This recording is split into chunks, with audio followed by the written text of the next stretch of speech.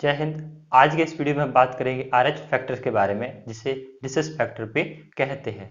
आज के वीडियो में हम जानेंगे कि क्या होता है पॉजिटिव आरएच फैक्टर और negative RH factor. RH factor के कारण कौन कौन सी बीमारी होती है उसके बारे में भी चर्चा करेंगे। पहले पढ़ते हैं ग्रुप के बारे में, कि जब हम डॉक्टर के पास जाते हैं तो वो हमारा ब्लड ग्रुप किस प्रकार से चेक करता है। वो टेलीस्कोप या फिर माइक्रोस्कोप की सहायता से देख के पता करता है कि इसमें blood group A, B, A B या फिर ओ उपस्थित है। तो वो किस प्रकार से पता करते हैं? यदि हमारे पास भी टेलीस्कोप या फिर माइक्रोस्कोप हो तो हम भी आसानी से ब्लड ग्रुप की पहचान कर सकते हैं। सर्वप्रथम वो हमारे किसी भी अंग से ब्लड को निकालता है और दो स्लाइड के द्वारा उसे तरल पदार्थों के रूप में रखता है, तथा टेलीस्कोप की सहायता से वो क्या देखता है जिससे उसे पता चलता है कि ब्लड ग्रुप कौन सा उपस्थित है।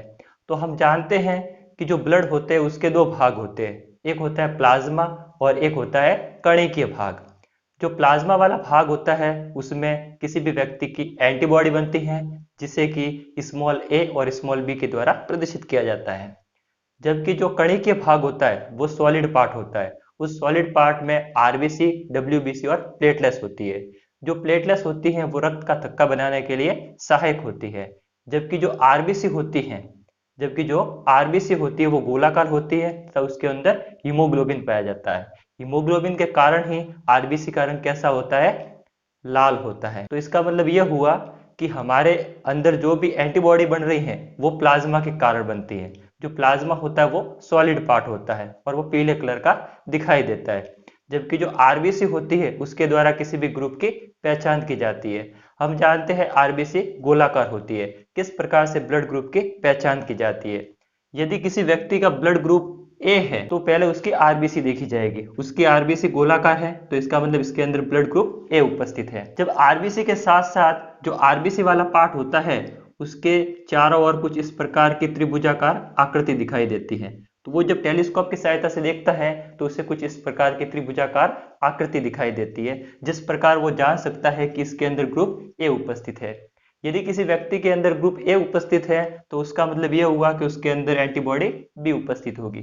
इसी प्रकार जब ग्रुप बी की बात की जाती है तो जब वो ग्रुप बी को लेकर टेस्ट करता है तो जो आरबीसी के चारों ओर उसे कुछ इसी प्रकार की वृत्ताकार की दिखाई देती है। जैसे यदि हम बी लिखते हैं तो बी के अंदर ऐसी वृत्ताकार होती है, तो इसी प्रकार यहाँ पर वृत्ताकार उसे भाग दिखाई देता है। इस प्रकार के कुछ पार्ट दिखाई देते हैं। कहाँ पर? आरएनए के चारों ओर। इस प्रकार वो कहता है कि आपका ब्लड ग्रुप कौन सा है? बी है। तथा जिस भी व्यक्ति के अंदर ब्लड ग्रुप बी पाया जाता है उसके अंदर हमेशा एंटीबॉडी ए पाई जाती है। इसका मतलब हम भी आसानी से पता कर सकते हैं यदि हमारे पास टेलीस्कोप या फिर माइक्रोस्कोप हो। यदि चारों ओर इस त्रिभुजाकार आकृति दिखाई दे तो इसका मतलब ग्रुप ए है और उसके अंदर एंटीबॉडी कौन सी है? बी उपस्थित है। इसी प्रकार ग्रुप बी की बात की जाए तो पहले उसका आरएनए दिखा जाएगा और जब आरएनए जो गोलाकार होता है उसके आसपास कुछ इस प्रकार की वृत्तीय भाग में संरचना पता चल जाती है। तो इसका मतलब जो ग्रुप बी होता है उस ग्रुप बी के अंदर एंटीबॉडी ए उपस्थित होती है। अब बात करते हैं ग्रुप ए बी के बारे में। यहाँ पर आपको दिखाई दे रहा है ग्रुप ए बी। तो ग्रुप ए बी का पहले आरएनए टेस्ट किया जाएगा। तो यहाँ पर आरएनए आपको दिखाई दे रहा है कुछ इस प्रकार से गोलाकार। हमने देखा था कि जो ग्रुप ए होता है उस ग्रुप ए के चारों ऐसे त्रिभुजाकार चिन्ह निकले हुए होते हैं और जो ग्रुप बी होता है उसके चारों ऐसे वृत्ताकार भाग निकले होते हैं। इन दोनों पार्टों को जब मिलाया जाता है तो ग्रुप ए बी का निर्माण होता है। इसका मतलब यह हुआ कि जो ग्रुप ए बी होता है उसके चारों ओर ऐसे वृत्तीय भाग भी होंगे और ऐसे त्रिभुजाकार भाग भी होंगे। इसलिए वो स्लाइड की सहायता से यही देखता है कि कौन सा त्रिभुजाकार पार्ट है और कौन सा गोलाकार पार्ट है। जिस प्रकार वो बता सकता है कि ग्रुप ए उपस्थित है, ग्रुप बी उपस्थित है या फिर ग्रुप ए बी उपस्थित है। जो ग्रुप ए बी होता है उसकी आकृति कुछ इस प्रकार से होती है। इसलिए हम जब देखते हैं कि जो ग्रुप ए वाला होता है वो ग्रुप बी से नहीं लिख सकता ब्लड और ग्रुप बी वाला ग्रुप ए से नहीं लिख सकता। क्योंकि किस प्रकार नहीं लिख सकता? कारण सुनिए।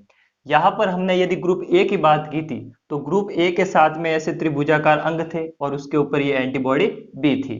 अब इस एंटीबॉडी बी के आकार के ऊपर ऐसी वृत्ताकार भाग होती हैं।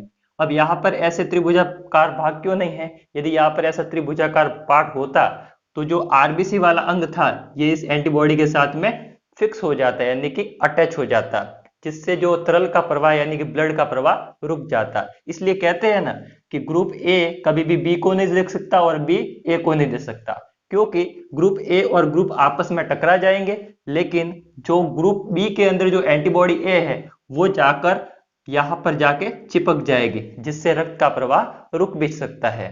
तो इस प्रकार हम यहाँ पर देखें तो ग्रुप एपी के अंदर न तो एंटीबॉडी ई पाई जाती है न एंटीबॉडी बी पाई जाती है, यानी कि ग्रुप ए भी होता है उसके अंदर दोनों प्रकार की एंटीबॉडी नहीं पाई जाती। इसका मतलब यहां से बहुत इंपॉर्टेंट क्वेश्चन बनता है कि ऐसा कौन सा ब्लड ग्रुप है जिसके अंदर दोनों प्रकार की एंटीबॉडी नहीं पाई जाती, तो ग्रुप ए बी। तो ग्रुप ए बी के अंदर दोनों प्रकार की एंटीबॉडी नहीं पाई जाती।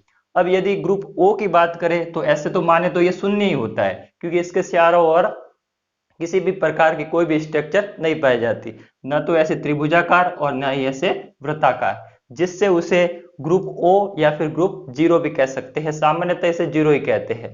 इसका मतलब इसके चारों ओर किसी भी प्रकार का स्ट्रक्चर नहीं है। इसका मतलब इसके अंदर एंटीबॉडी ए और एंटीबॉडी बी दोनों प्रकार की उपस्थित होगी। इसका मतलब बायोलॉजी की भाषा में कहते हैं कि जो ब्लड ग्रुप ओ वाला होता है उसके अंदर एंटीबॉडी अधिक उपस्थित है, यानी कि एंटीबॉडी का मतलब प्लाज्मा।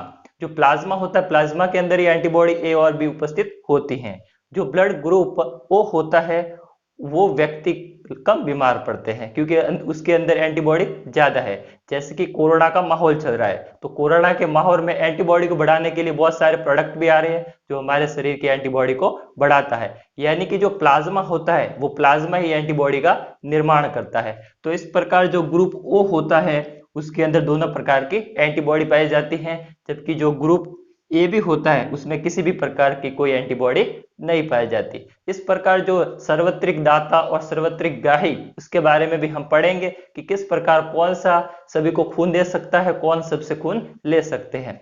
अब हम बात करते हैं आरएच फैक्टर के बारे में कि आरएच फैक्टर क्या होता है, पॉजिटिव आरएच फैक्टर क्या होता है और नेगेटिव आरएच फैक्टर क्या होता है।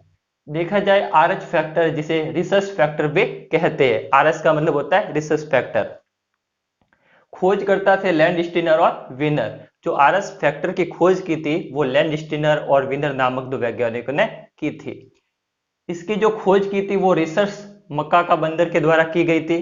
उन्होंने देखा कि जो मानव होते हैं उसके अंदर तो दो प्रकार की आकृति पाई जाती है, जैसे कि यहाँ पर यदि ए ब्लड ग्रुप को देखना है तो त्रिभुजाकार, और यदि ग्रुप बी को देखना है तो ऐसे वृत्तीय भाग। लेकिन जब लैंडस्टीनर और विनर ने देखा, कुछ बंदरों के ब्लड ग्रुप को टेस्ट किया, तो उन्होंने कुछ अलग ही पाया, कुछ अलग ही उनको स्ट्रक्चर दिखाई दिया, इसलिए उसे आरएच फैक्टर कहते हैं। अब क्या होता है बायोलॉजी की भाषा में, आरएच फैक्टर एक पॉजिटिव होता है एक नेगेटिव होता है। बायोलॉजी की भाषा में जो चीज किसी के अंदर उपस्थित है उसे पॉजिटिव कहते हैं, और जो उपस्थित नहीं है यानी कि एब्सेंट है, अनुपस्थित है, उसे नेगेटिव कहते हैं। यानी कि जिसके अंदर पॉजिटिव है उसका मतलब आरएच फैक्टर उसके अंदर उपस्थित है, और जिसके अंदर नेगेटिव है इसका मतलब आरएच फैक्टर अनुपस्थित है। इसी प्रकार बायोलॉजी की भाषा में जो चीज उपस्थित होती है उसे पॉजिटिव कहते हैं, जबकि जो चीज अनुपस्थित होती है यानी कि जो प्रोडक्ट अनुपस्थित होता है उसे क्या कहते हैं, नेगेटिव कहते हैं। इसी प्रकार यदि मैथ्स में पॉजिटिव की बात की जाती है तो प्रॉफिट, और नेगेटिव की बात की जाती है तो लॉस। इसी प्रकार जब फिजिक्स में पॉजिटिव की बात की जाती है तो सही डायरेक्शन, और यदि नेगेटिव की बात की जाती है तो विपरीत यानी कि अपोजिट डायरेक्शन का मतलब होता है। इसी प्रकार से जब केमिस्ट्री में पॉजिटिव की बात की जाती है तो इलेक्ट्रॉन का त्याग करना, और यदि नेगेटिव की बात की जाती है तो इलेक्ट्रॉन को ग्रहण करना।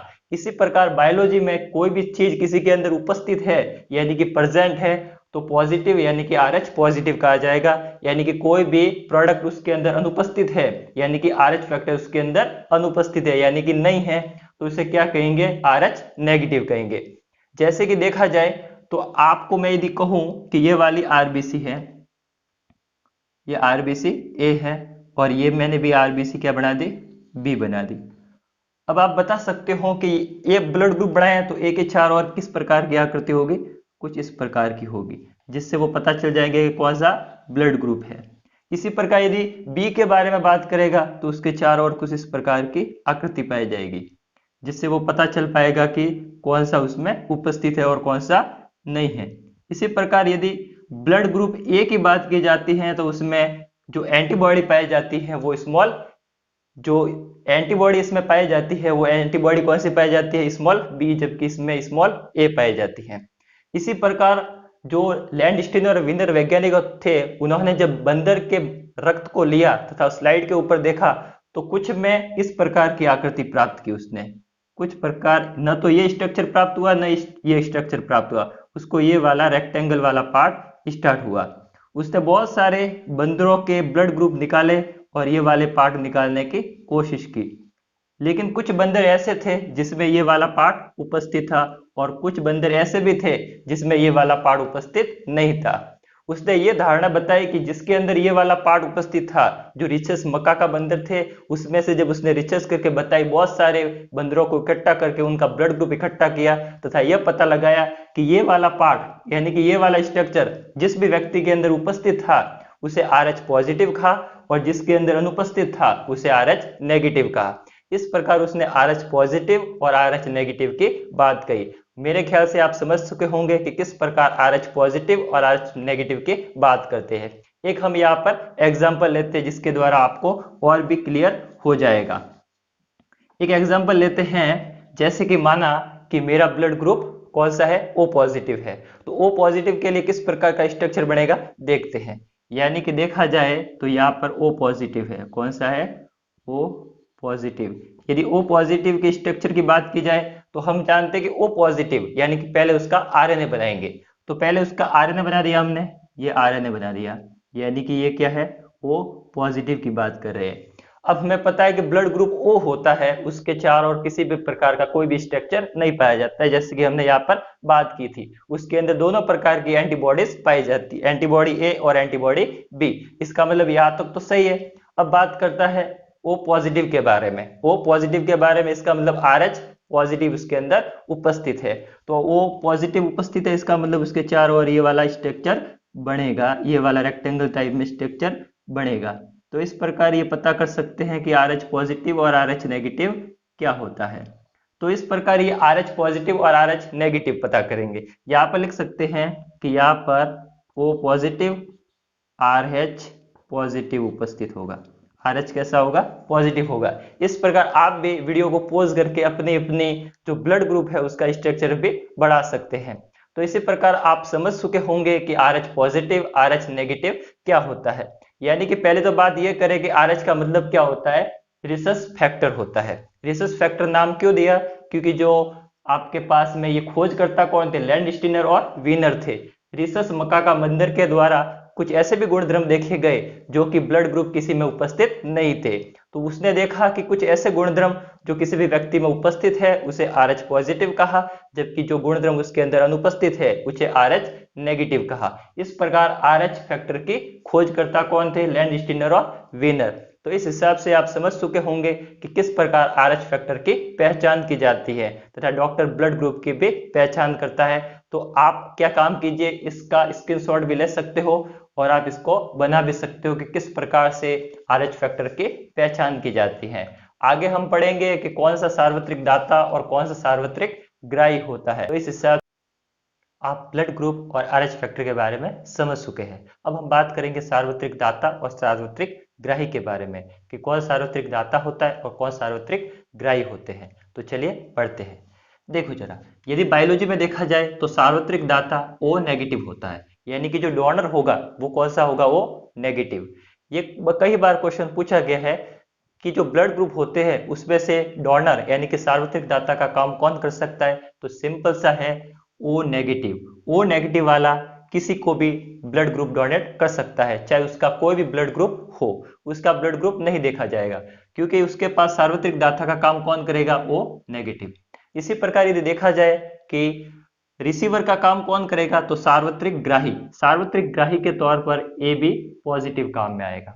यहां से आपके पास दो क्वेश्चन बढ़ेंगे। पहला क्वेश्चन तो ये कि सार्वत्रिक दाता कौन सा होता है, ब्लड ग्रुप, तो O नेगेटिव। सार्वत्रिक ग्राही कौन सा ब्लड ग्रुप होता है, तो AB पॉजिटिव। तो यहां से दो इंपॉर्टेंट क्वेश्चन है, आप चाहो तो लिख सकते हो। अब जब हमने RH फैक्टर की बात की थी तो किसी भी व्यक्ति में यदि वो RH फैक्टर उपस्थित है तो इसका मतलब क्या है, वो पॉजिटिव है, और RH फैक्टर उपस्थित नहीं है तो वो क्या है, RH नेगेटिव है। इसी प्रकार की एक बीमारी होती है इत्रियोब्लास्टोसिस, जो कि RH फैक्टर के कारण होती है। अब ये बीमारी क्या होती है, इरिथ्रोब्लास्टोसिस, ये बीमारी क्या होती है? जब मेल का पॉजिटिव और फीमेल का नेगेटिव जब आपस में मिलता है तो इरिथ्रोब्लास्टोसिस बीमारी होती है। इस इरिथ्रोब्लास्टोसिस बीमारी के द्वारा क्या होता है कि जब मेल का पॉजिटिव और फीमेल का नेगेटिव आपस में मिल जाता है, ब्लड में आपस में मिल जाता है, तो उस दंपति का जो पहला पुत्र होता है वो तो स्वस्थ प्राप्त होता है, जबकि जो आगे वाली संतानें होती है वो स्वस्थ प्राप्त नहीं होती है, यानी कि उनकी मृत्यु हो जाती है। केवल उनके एक ही पुत्र प्राप्त होगा, यानी कि एक ही संतान प्राप्त होगी। तो ये होती है इरिथ्रोब्लास्टोसिस बीमारी। तो इसका बहुत सारा उपचार भी है, तो डॉक्टर के पास इसका उपचार भी है कि RH फैक्टर के देखकर उसका उपचार भी कर सकता है। तो हमने यहाँ पर ये पढ़ा कि जो RH फैक्टर होता है वो यदि किसी के अंदर उपस्थित है तो पॉजिटिव, अनुपस्थित है तो नेगेटिव। और इसके जो खोजकर्ता थे वो थे लैंडस्टीनर और वीनर। इसकी खोज सर्वप्रथम किस बंदर के द्वारा की गई? रिसस मैकाका बंदर के अंदर देखी गई RH फैक्टर के द्वारा। फिर हमने पढ़ा कि सार्वत्रिक दाता का काम O नेगेटिव करता है और सार्वत्रिक ग्राही का काम A भी पॉजिटिव करता है। फिर जो RH फैक्टर होता है इसमें इरिथ्रोब्लास्टोसिस बीमारी होती है, जिसमें मेल का पॉजिटिव और फीमेल का नेगेटिव कभी भी नहीं मिलना चाहिए। इरिथ्रोब्लास्टोसिस से जो पहली संतान होगी वो तो स्वस्थ प्राप्त होगी, जबकि जो आने वाली संतान है वो मृत्यु हो जाएगी। तो इस प्रकार RH फैक्टर कंप्लीट होता है। मिलते हम नेक्स्ट वीडियो में।